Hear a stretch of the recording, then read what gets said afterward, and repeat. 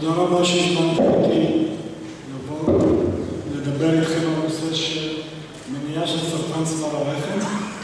מניעה של סרטן צוואר הרחם יש שתי דרכים, חיסון ומשטחי פאפסמין, ואני אסביר לכם את ההבדל. כמו שאמרתי, אני מנהל של צוואר הרחם בבית חולים כרמל, ויושב ראש החברה לקולפוסקופיה. נושא ההרצאה זה, קודם כל, רפואה מונעת. אני אסביר לכם את ההבדל בין מניעה ראשונית למניעה שניונית. מחלות של נגיף הפפילומה, מחלות שפעות ומחלות ממאירות שהנגיף גורם, איך אנחנו רוצים למנוע את סרטן צוואר הרחם, על החיסון ועל הבטיחות של החיסון. אז אני נתלה בלימוד גדולים, וכמו שכבוד הרב הזכיר קודם את הרמב"ם שהיה רופא דגול, בלי ספק שהיה רופא דגול. הוא היה רופא של הסולטן של מצרים, והסולטן של מצרים שאל אותו, תגיד, איך אני יודע שאתה כזה רופא גדול כמו שכולם אומרים עליך? מאז שאתה הגעת לפה, אני אף פעם לא חליתי. אז איך אני יכול לבדוק אם אתה רופא טוב? אז הרמב"ם אמר לו, זה שלא חלית עד עכשיו, וזה שרופא טוב יכול למנוע מחלות, זה הוכחה הרבה יותר גדולה לאיכות הטיפול שלו ואיכות הרפואה שלו, מאשר רופא שמרפא מישהו. וגם איזשהו פילוסוף הולנדי אמר אותו דבר, שמניעה יותר טובה מאשר ריפוי. סרטן, לצערנו במדינת ישראל כל שנה יש כ-25,000 אנשים שחולים בסרטן, מתוכם כ10,000 נפטרים. אז סוגים הכי שכיחים זה סרטן השד וסרטן של המעי הגס. סרטן של צוואר הרחם הוא יחסית סרטן נדיר, רק 200 חולות כל שנה ו80 מתות כל שנה. אבל הסרטן הזה הוא מיוחד בזה שאת סוגי הסרטן הזה אפשר למנוע. את מרבית מקרי סרטן צוואר הרחם ניתן למנוע. הלוואי ויכולנו למנוע את כל 9,000 מקרים של אנשים שמתים כל שנה. אבל אנחנו לא יכולים, אז אנחנו צריכים להסתפק בדברים שאנחנו כן יכולים.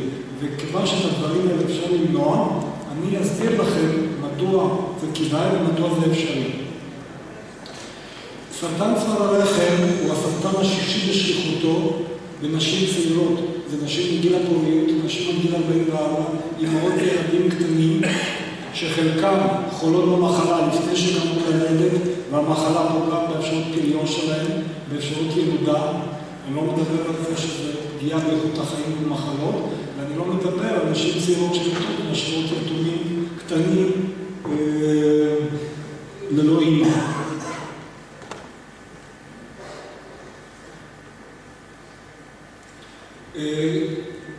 צור האוזן היה רופא ומדען גרמני שקיבל פרס נובל לפני כמה שנים בגלל זה שהוא גילה את הקשר בין סרטן צוואר הרחם, נגיף הפפילומה, ה-Human Papilloma Virus, זה וירוס שקורא להתפתחות הסרטן. עד אז היו המון תיאוריות והמון גורמים נחשבו כגורמי סרטן, כגורמים לסרטן צוואר הרחם, אבל לא ידעו מה הגורם. המחקרים שלו ומחקרים של עוד כמה חוקרים גילו קשר חד משמעי. 99% ממקרים של הסרטן נגרמים על ידי נגיף הפפילומה. יש בערך 100 זנים של פפילומה, חלק פוגעים בבעלי חיים, חלק פוגעים בבני אדם, חלק פוגעים בידיים, חלק באיברים שונים. כ-40 זנים פוגעים באיברי המין, גם של גברים וגם של נשים. יש זנים בסיכון נמוך, שזה 6 ו-11, שהם לא גורמים לסרטן, אבל הם גורמים ליבלות, יבלות על איברי המין, ויש עוד כמה זנים שהם זנים שפירים. יש 2 זנים שהם גורמים לערך 70% מקרי סרטן צוואר הרחם, והם נקראים זנים בסיכון גבוה. מספר 16 ו-18 הם זנים שאנחנו נמצא ב-70% ממקרי הסרטן, ויש עוד רשימה ארוכה של עוד איזה 12-14 זנים, שגם הם עלולים לגרום לסרטן. החיסון, יש 2 חיסונים, אחד הוא רק נגד הזנים האלה 16 ו-18, החיסון השני הוא גם נגד הזנים האלה שעושים מבלות, וגם נגד הזנים האלה שגורמים לסרטן. אני אדבר איתכם בהמשך ואני אסביר לכם גם על המחלה וגם על הסרטן. עכשיו, מניעה ראשונית של סרטן צוואר הרחם, הווירוס של הפפילומה עובר בעיקר ביחסי מין. אבל יש גם הדבקה לפעמים מידיים, אבל מכיוון שעיקר ההדבקה היא ביחסי מין, שימוש באמצעי מניעה כמו קונדום, זמן יחסי מין, מונע בערך 70% ממקרי הדבקה ולכן מונע חלק מהמחלות, והחיסון הוא גם כן מונע כ-70% מסוגי סרטן צוואר הרחם. זה נקרא מניעה ראשונית, זאת אומרת, זה מניעה של התפתחות המחלה. מי שישתמש באמצעים האלה, יקבל חיסון, הוא ישתמש בקונדום, הוא לא ידבק בווירוס, לא הגבר ולא האישה, והאישה לא תחלה בסרטן של צוואר הרחם. יש מניעה שוויונית, מניעה שוויונית זה אחרי שהאישה נדבקה כבר בנגיף, ומתחיל תהליך שכל יסתיים בסרטן בצוואר הרחם, יש תהליך שאנחנו יכולים לגלות את הנגעים הטרום-סרטניים, לטפל ולרפא את האישה. עושים את זה על ידי ביצוע משטחי קפסול, ומשטחים שלוקחים מצוואר הרחם של האישה, פעולה פשוטה, לא כואבת, שמים את זה על זכוכית, שולחים את זה לבדיקה, נביא לכם, ומגלים את הנגעים, מטפלים בהם, ועל ידי כך מונעים את התפתחות הסרטן. בסרטן השד אין לנו גילוי מוקדם. סרטן השד למשל אנחנו מונעים את המחלה, לא מונעים שלנו המחלה, אפשר למנוע תחלואה ותמותה על ידי זה שמגלים את הסרטן השד בשלב מוקדם, מטפלים בו ומרפאים את האישה. בסרטן צוואר הרחם אפשר למנוע את המחלה, וזה הבדל עצום. מהו התהליך של התפתחות המחלה? כאשר מתחילים לקיים יחסי מין, גברים ונשים צעירות, כשמתחילים לקיים יחסי מין, בערך 70-80% נדבקים בנגיף. זאת אומרת, אם אנחנו נבדוק אוכלוסיות, אנחנו נראה סימנים של הווירוס בגוף שלהם, בערך 70-80% מהאנשים. ברוב המקרים הווירוס נעלם תוך שנה-שנתיים, בלי לעשות נזק, בלי לגרום שום נזקים, והאישה לא יודעת אפילו שנדבקה אי פעם בנגיף, לא האישה ולא הגבר, כיוון שאין שום סימנים. חלק קטן מהאנשים כן יפתח יבלות של דברי המין, אני אראה לכם אחר כך מה זה. גם כאן חלק מהנגעים האלה חולפים לבד, וחלק יכולים להתפתח ולפגוע בצוואר הרחם, ואז אנחנו נעשה את המשטח ואנחנו נגלה את הפגיעה. זה קורה בערך ל-3-5% מהנשים שעושות פאפסמין, יהיה להם משטח פאפסמין לא תקין. אם הנגעים האלה לא נעלמים, אז יש נגעים טרום-סרטניים, בערך 5,000 נשים בשנה, כל שנה יהיו להם נגעים טרום-סרטניים, כאשר המטרה שלנו לגלות את הנגעים האלה, לטפל בהם ולמנוע את התפתחות הסרטן. גם כאן חלק מהדברים יכולים להיעלם לבד, אבל מה שלא נעלם יכול להתפתח בסרטן בצוואר הרחם, וכמו שאמרתי, יש בערך 200 נשים כל שנה בישראל, כאשר בערך מחצית 80% מהם ימותו כתוצאה מהסרטן. הווירוס של הפפילומה, אמרתי לכם, גורם גם למחלות שפירות. זאת אומרת, זה מחלות שלא גורמות רק סבל, לא גורמות סכנת חיים. המחלה בעיקר זה קונדילומה, ובעברית יבלת חרוטית, היא נגרמת על ידי זנים 6 ו-11. ההדבקה היא בדרך כלל מגע מיני, חיכוך של אור באור, לא חייבים חדירה מלאה כי יחסי מיניים, יכול להיות גם חיכוך של ידיים לפעמים, נדיר שיש הדבקה מידיים וזה דווח. הנגעים ב-90% מהמקרים חולפים לבד תוך שנתיים בלי צורך של טיפול, והם בדרך כלל לא גורמים לסרטן. אבל מי שנדבק באחד מהזנים הללו, הוא יכול להידבק גם בזנים שגורמים לסרטן. ולכן מי שנדבק ויש לו יבלות כאלה, הוא בסיכון, או אישה בסיכון, שיהיה לה נגעים טרום-סרטניים בצוואר הרחם, ולכן היא חייבת לאורך כל השנים לעשות בדיקות כדי לגלות את הנגעים הטרום-סרטניים. אלה דוגמה של יבלות על ידיים. היבלות האלה, אני לא יכול אותך לתמונות, אבל אותן יבלות יש גם על איברי המין של האישה ואיברי המין של הגבר.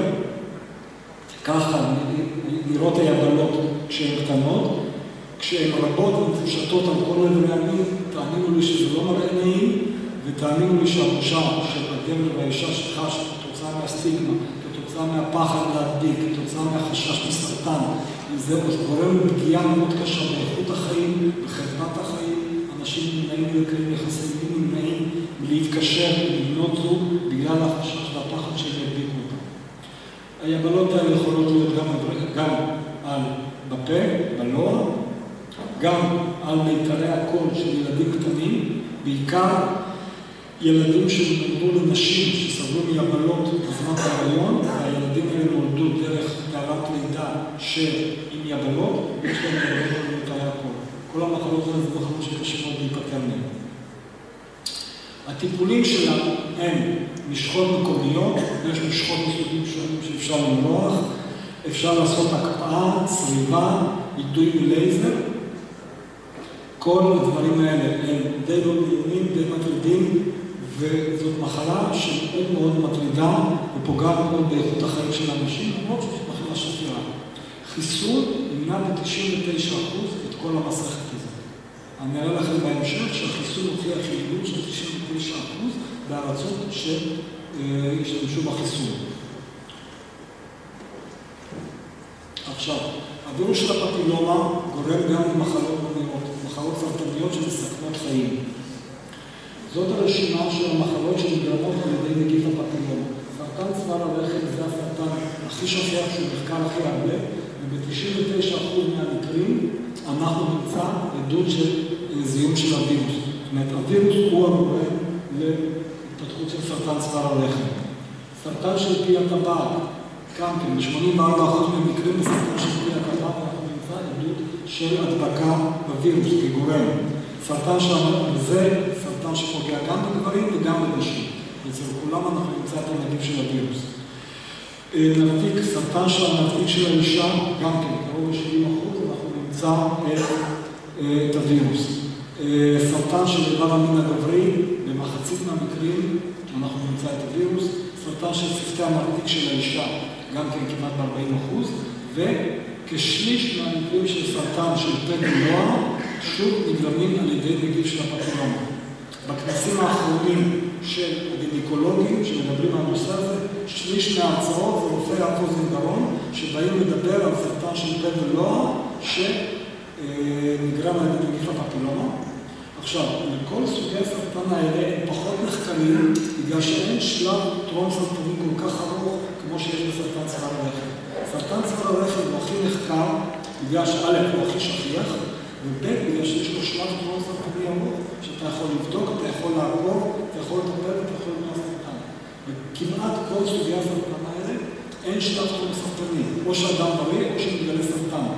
ולכן, אם אנחנו נצליח באמצעות חיסון למנוע את כל המחלות האלה, אז אנחנו נציל הרבה חיים. מעריכים שבערך 2% ממקרי סרטן בעולם המפותח נגרמים על ידי נגיף הפפילומה. בעולם הלא מפותח זה 5%, כיוון שבעולם, בארצות הלא מפותחות, השכיחות של הנגיף היא הרבה יותר גבוהה. אבל גם בעולם המערבי, אם אנחנו מצליחים למנוע באמצעות החיסון 2% ממקרי מוות, אז זו ברכה מאוד גדולה. ככה נראה סרטן, ככה נראה צוואר הרחם, זה הנרתיק, זה הרחם ואלה השחלות, כאן גדל התינוק, וכאן בפתח של צוואר הרחם מתפתח הסרטן. האזור הזה זה אזור שאנחנו יכולים להסתכל עליו ולראות אותו. בבדיקה גינקולוגית שאנחנו בודקים אישה, אנחנו מסתכלים על האזור הזה. אבל בשלב הסרטני אנחנו נגלה את זה, אבל בשלב הטרום סרטני אי אפשר לגלות את הנגעים האלה, ובשלב הטרום סרטני הגילוי הוא על ידי משטחי פאפסון. זה גרף שמתאר את השכיחות של סרטן צוואר הרחם, זה מדבר על המסורות של הנגיף, אתם רואים, וזה מדבר, הגרף הזה מתאר את הסרטן. המסורות של הנגיף היא מאוד גבוהה בגיל צעיר, בגיל 18-20, כאשר רוב האנשים עושים לקיים יחסי מין נדבקים בנגיף, ואחר כך הנגיף נעלם מהגוף, ובגיל מבוגר, בגיל 35-40, רק אחוזים בודדים של אנשים, בערך 3-5%, יהיה להם את הווירוס. אלה הם אנשים שהם בסיכון לפתח סרטן. אם אנחנו נמצא את האנשים האלה, נטפל בהם, אנחנו נצטרך למנוע את הסרטן בשלבים האלה. סרטן צוואר הרחם הוא סרטן שהשיא הראשון שלו הוא נשים צעירות, נשים צעירות גיל 35. נשים שהן באמצע החיים, באמצע הקריירה, אימהות צעירות, ואז נופלת אליהם המכה הזאת. שיא שני, בסביבות גיל 60. אבל בעיקר אנחנו רוצים למנוע את ההתפתחות של המחלה הזו לאורך כל השנים. התהליך של התפתחות הסרטן הוא תהליך ארוך, ולכן יש לנו זמן ארוך כדי למנוע אותו. סרטן מתפתח על איזה שווירוס של הפפילומה חודר בזמן מגע מיני בדרך חתכים או קרעים קטנים שנוצרים בצוואר הרחם, הוא מתיישב פה בשכבה של תאי הבסיס, והוא יכול לשבת שנים רבות בלי לגרום שום נזק. אם הוא גורם נזק בהתחלה, הוא גורם נזק בדרגה נמוכה, שאנחנו קוראים לזה פגיעה טרום-סרטנית דרגה נמוכה, דרגה 1, או הדבקה בנגיף.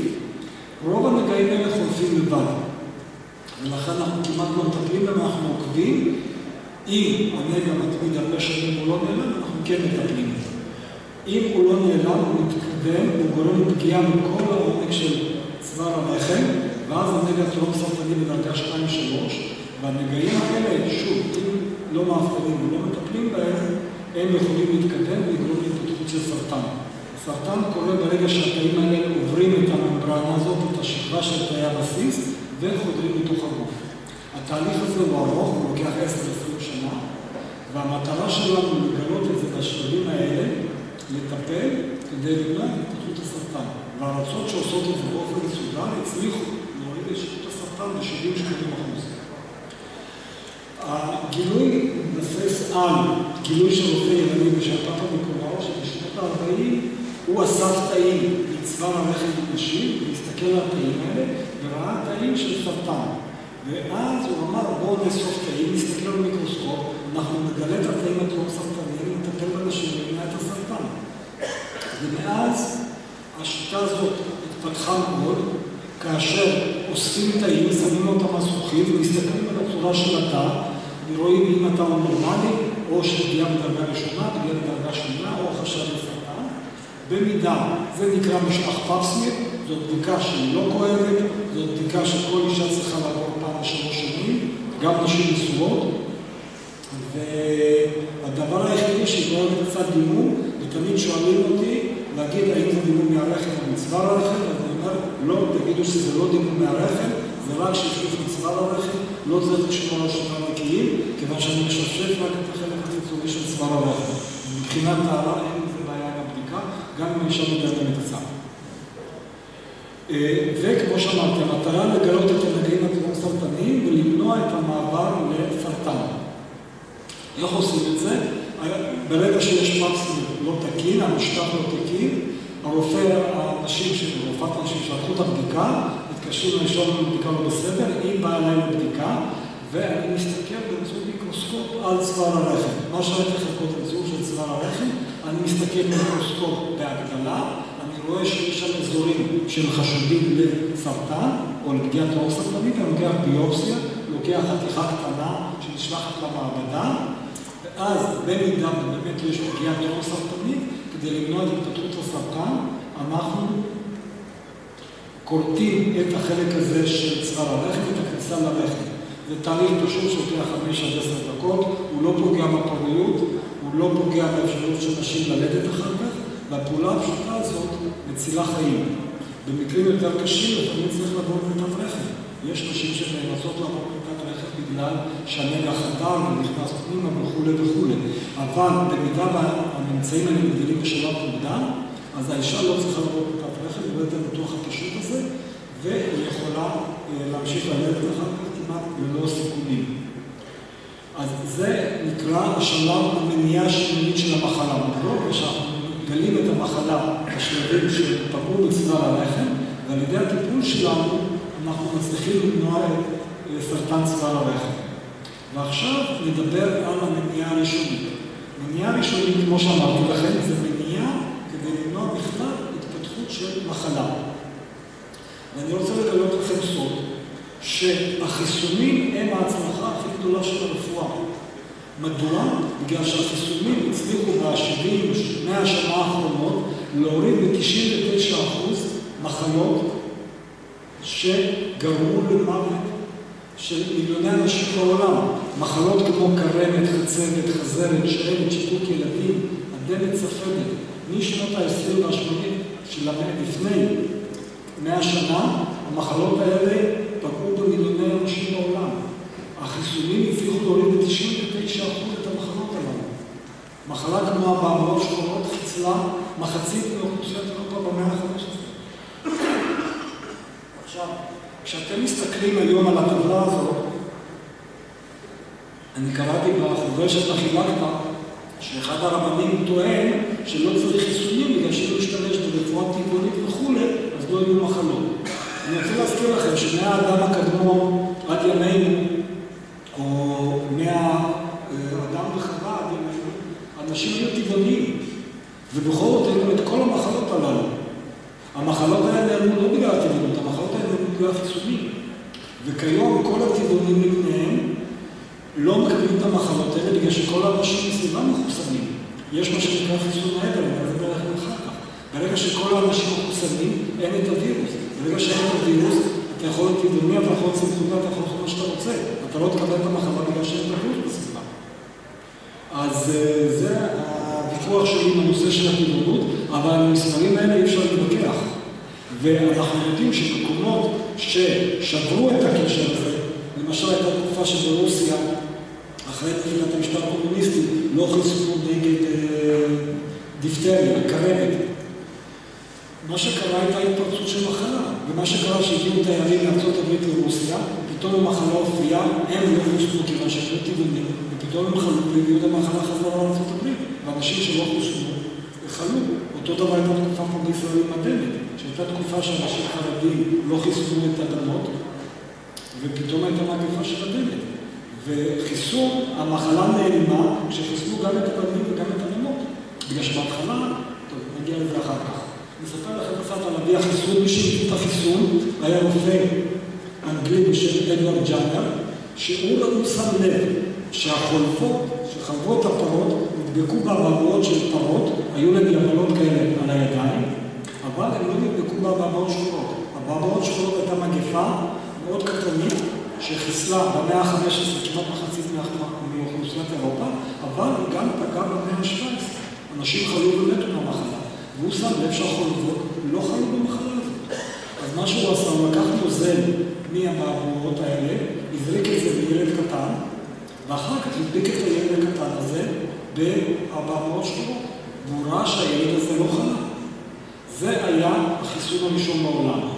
בלטינית פרה נקראת וקה, ולכן החיסונים נקראו וקסינים. וככה נולד החיסון הראשון, ומאז החיסונים, כמו שאמרתי לכם, זה ההצלחה הכי גדולה של הרפואה. כאשר אנחנו מחסנים, יש כמה צורות של חיסון. יש חיסון אישי, מישהו שנוסע לארץ אקזוטית רחוקה, מתחסן כדי שהוא לא יחלה במחלה שיש באזור הזה. יש חיסון כללי של אוכלוסייה, כאשר מחסנים לפעמים אוכלוסייה בחיסון, בסיכון, אוכלוסייה שנוסעת למקום מסוים, או פעם חיסנו עובדי רפואה, כיוון שהם חשופים למחלות וכו', ויש חיסון של האוכלוסייה הכללית. חיסון של האוכלוסייה הכללית, המטרה שלו להגיע למה שנקרא חיסון העדר. ברגע שאתה מחסן את רוב האנשים, מספר הכסף ב-170%, כשאתה מגיע לחיסון של מעל 70%, אתה כמעט מונע את המחלה.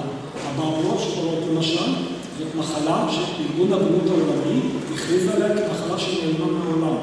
אין יותר כיום בעולם בשום מקום אבעבועות שחורות. בסומליה היה מקרה ב-1980, מקרה אחרון שדווח. מאז המחלה נעלמה. זה לא בזמן עשו הטבעונות, עם כל הכבוד הטבעונים, זה עשו את החיסונים. וחיסון העדר זה חיסון שאתה מחסן את כל אנשים. אז הדלת הייתה דוגמה טובה, בגלל שבהתחלה מדוע לחיסון הדלת, כדי שהאישה תהיה בהיריון, שהיא לא תתדבק מהדלת ושהעובר לא יחול לאימונים. אישה שנדבקת מהדלת בהיריון, העובר יכול להיות אימונים מאוד מאוד קשים. אז כיוון שהדברים לא נכנסים להיריון עדיין, חיסנו רק את הבנות. ראו שחיסנו רק את הבנות, ובכל זאת נולדו ילדים אימונים. מדוע? בגלל שהבנים היו חלו במחלה, ולפעמים הקדיקו את האישה, ולפעמים החיסון של האישה ירד, ולכן הוחלט לחסן גם את הבנים. אז כיום, בכל המקומות, כולל בישראל, מחסנים הדלת גם את הבנים, למרות שהם לא בהיריון, כדי להגיע לחיסון העדר. ובאמת, מאז שחיסנו את כל האוכלוסייה, אין כמעט הדלת בהיריון, אין מי עם הדלת בהיריון. עכשיו, החיסון נגד הפפילומה, הדיווח הראשון היה בניו אינגלנד בשנת 2002, היה חיסון נגד שני זנים, ומאז החיסון הזה פרץ לעולם, ואני צריך להסביר לכם כמה מילים על החיסון. חיסונים, יש כל מיני צורות, יש וירוס מומת, יש וירוס משולש. הבעיה שהווירוס הזה הוא וירוס שגורם סרטן. אז מה, אתה תזיק לבן אדם סרטן חלש, סרטן חולה, חצי סרטן, אתה לא יכול. אין אפשרות כזאת. אבל מה שהצליחו לעשות, הצליחו לפרק את הווירוס הזה. הווירוס הזה בנוי ממעטפת, שהמעטפת מכילה רק את הקופסה ששומרת על החומר הגנטי. החומר הגנטי בפנים זה החומר שהווירוס מפעיל כדי לגרום לסרטן. חלק מהתאים האלה נכנסים לתאים של האישה וגורמים להתפתחות סרטן. וזה החומר המסוכן, החומר הגנטי. בחומר הגנטי יש חלק קטן שהוא אחראי על ייצור המעטפת. אז לקחו את החלק הזה שאחראי על ייצור המעטפת, הכניסו אותו לתוך תא של פטריה או תא של חיידק, והחלק הזה יצר רק את המעטפת. זאת אומרת שהחיסון בנוי רק מהמעטפת שאין בה שום חומר גנטי. היא לא יכולה בשום פנים ואופן, לא לגרום סרטן, לא לגרום יבלות, לא לגרום כלום. הוסיפו לזה חומר שמגביר את התגובה החיסונית כדי שהתגובה החיסונית תהיה יותר חזקה, ומזריקים את זה לשריר. ברגע שמזריקים את זה לדם, מערכת המחקרים שלנו מכירה את המעטפת, היא מפתחת נוגדנים כנגד המעטפת, ואז אם האישה או הגבר מותקפים על ידי וירוס עם החומר הגנטי שיכול לעשות סרטן, מזהים את המעטפת ומחסלים את הווירוס. וזה עובד. איך אנחנו יודעים שזה עובד? זה מחקרים של שתי החברות, זה החיסון נגד 4 זנים, זה החיסון נגד 2 זנים, מחקרים על 40,000 נשים בכל רחבי העולם. היעילות של החיסון היא מעל 99%. שני החיסונים הצליחו ב-90-99% בעבודות שונות למנוע את הנגעים הטרום-סרטניים שגורמים לסרטן, וגם נגעים טרום-סרטניים של צוותי הנרתיק, שגורמים לסרטן של הנרתיק. עכשיו טוענים, אי אפשר, אין מחקר שמוכיח שזה מונע סרטן, נכון, לא היה מחקר כזה, אין מחקר כזה, ואף פעם לא יהיה מחקר כזה. אתה לא יכול לעשות מחקר, לקחת 100 אנשים, לחכות שיהיה להם סרטן, לא לחסן אותם, לא לעשות כלום, לחכות שיהיה להם סרטן, ו100 אנשים לחסן ולטפל ולראות מי יהיה סרטן. אי אפשר לעשות כזה דבר. כל העולם קבע שמניעה של נגעים טרום סרטניים, זה נחשב במניעה של סרטן. בגלל שמה אנחנו עושים כרגע? אישה שיש לה נגע טרום סרטני, אנחנו חותכים לה את צוואר הרחם, אנחנו מוציאים לה את הרחם כדי למנוע סרטן. למה? בגלל שאנחנו יודעים שזה למנוע סרטן. אז את זה, להוציא רחם מותר, לתת חיסון לא מותר. החיסון גם מוכח כדברים. בהתחלה החיסון מותר למנוע סרטן צוואר הרחם לנשים, כיוון שזה היה עיקר המעמסה ועיקר המעמסה לעולם, אבל כשהתחילו לחיסון, בדקו שגם הגברים חולים, גם גברים נדבקים מיבלות, גם גברים נדבקים מסרטן של פי הטבעת, וזה המחקר הראשון שבדק את היעילות של החיסון בגברים, והוא הוכח גם יעיל בגברים, ולכן הוא אושר גם כחיסון בגברים. איך אנחנו יודעים שהחיסון עובד? כל פעם שאתה עושה איזשהו מחקר במעבדה, אתה מפתח תרופה או איזשהו מחקר במעבדה, אתה לא יודע איך זה יעבוד בשטח. בגלל שבתנאי מעבדה זה הכל סטרילי והכל יפה, ואנשים רוצים מעקב, ואתה בודק אותם שאומרים פעם, אתה פוחד לפספס, פוחד לפספס. אבל כשאתה שולח את המחקר לשטח, אתה לא יודע איך זה יעבוד. לפעמים תרופה שמצוינת במעבדה, אתה שולח בשטח ואתה מוצא תופעות לבד. אז אוסטרליה הייתה המדינה הראשונה שהכניסה את החיסון ב-2007, כאן. הכניסה את החיסון, לשגרת החיסונים, כל הבנות באוסטרליה בשנת 2007 יכולו לקבל את החיסון של הגרדסים, שמונע גם יבלות וגם נגעים סרטניים. ברגע שהחיסון נכנס, תוך 4-5 שנים, יש ירידה של 92% ביבלות אצל נשים. מדוע? בגלל שיבלות זה בדרך כלל מחלה של נשים צעירות. ונשים צעירות כשרק מתחילות כאלה חסיינים, בדרך כלל נדבקות, ברגע שהם חוסנו, 92%, כמעט ירידה של 99%. ומה שעוד יותר מעניין, זה ירידה של כמעט 90% גם בבנים. בנים צעירים שקיבלו חסיינים מנערות צעירות, בגלל שהנערות הן מחוסנות, גם הבנים לא נדבקו. אז זה בדיוק חיסון העדר, וזה קרה כאשר רק 70% מהאוכלוסייה באוסטרליה חוסנה. כיום, בגלל ההצלחה הזאת, הם הכניסו את החיסון גם לגברים. באוסטרליה היום כל הנערים והנערות מקבלים חיסון של גרדסים כדי למנוע את המחלות הללו. עכשיו, החיסון באוסטרליה גם מנע את הנגעים הטרום-סרטניים, אבל אמרתי לכם שהנגעים הטרום-סרטניים עוברים יותר זמן, 10-15 שנה שמתפתחים. ולכן אנחנו נראה את התוצאות היותר טובות בשנים הבאות. אבל זו הוכחה מהשטח שהחיסון עובד. עכשיו, נראה את השאלה של בטיחות החיסונים. החיסונים, כל ארצות העולם, בלי יוצא מהכלל, כמעט נותנות את החיסון. הארצות המפותחות נותנות את החיסון בגלל שהן נותנות למנוע סרטן. הארצות הלא מפותחות העניות נותנות את החיסון בגלל שאין להם אמצעים כספיים לעשות סקר, וכדי למנוע סרטן זה הדבר הכי זול שהם יכולים לעשות. עכשיו, נמכרו מעל 150 מיליון מנות חיסון בעולם. בארצות הברית 156 מיליון ועל כ-6 מיליון מנות. זאת אומרת, החיסון הוא נבדק, נמכרו כמויות עצומות, תופעות הלוואי של החיסון הזה, כמו של כל החיסונים האחרים, כל חיסון יש לו תופעות לוואי, גם צהר וגם הטבע, כל אחד מהחיסונים יש לו תופעות לוואי, כאב מקומי, התעלפות, כאבי שרירים, אני אגיד משהו אחד על תופעות לוואי אחרות, וכל רשויות הבריאות בעולם, בלי יוצא מהכלל, כאשר עושות ביקורת ומעקב על תופעות הלוואי של החיסונים, מראות שהחיסונים בטוחים, והתועלת שלהם היא הרבה יותר גדולה מאשר הנזק.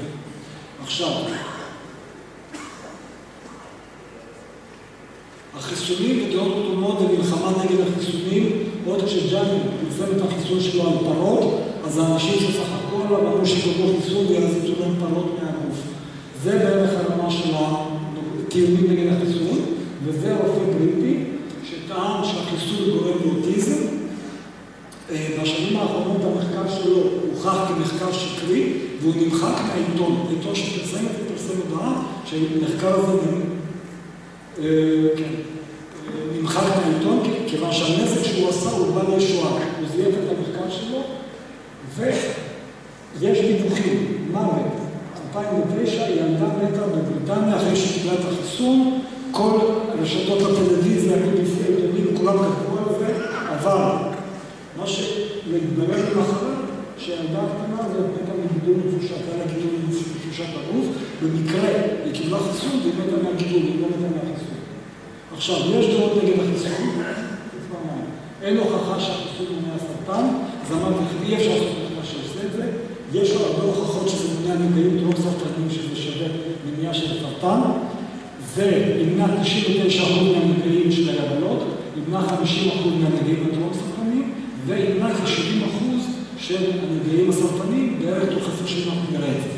עכשיו, אחת השאלות שנשאלת פה גם על רבנים, האם זה יעודד התנהגות מינית פרועה?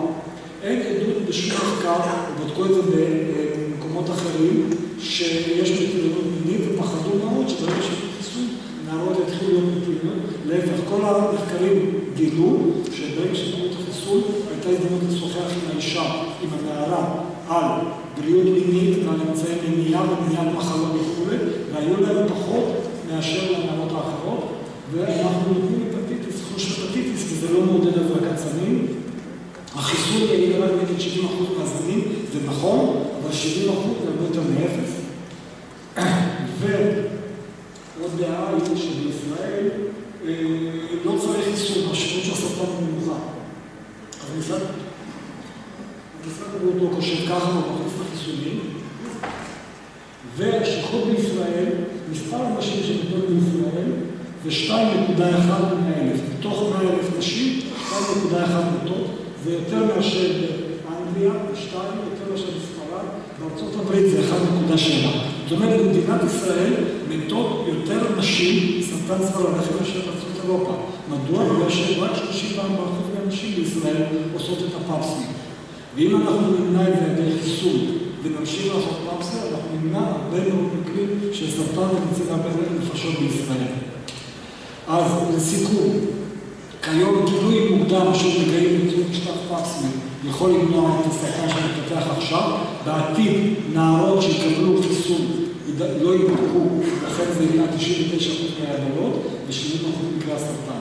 השאלה האם נשים דתיות או נערות דתיות צריכות להתחסן, אז בלי ספק שבאוכלוסייה שלכם יש שכיחות יותר נמוכה, בגלל שאין יחסי מין בדרך כלל לפני נישואים, יש פחות ריבוי בני זוג וכו', אבל אין ספק שאנשים שיקבלו את זה יגנו על עצמם ממקרי סרטן, כמו שחוזרים בתשובה, וגם לא חוזרים בתשובה, אלא מישהו קיים יחסי מין מחוץ לנישואים וחטא, אחר כך הוא יכול להביא את המחלה הביתה, ואשתו תחלה, וכיוון שהחיסון הוא מציל חיים, כיוון שהוא בטוח, תופעות הלוואי שלו מזניחות, לפי דעתי יש שום סיבה לא לתת אותו גם לקהל שלכם. תודה לכם על ההקשבה.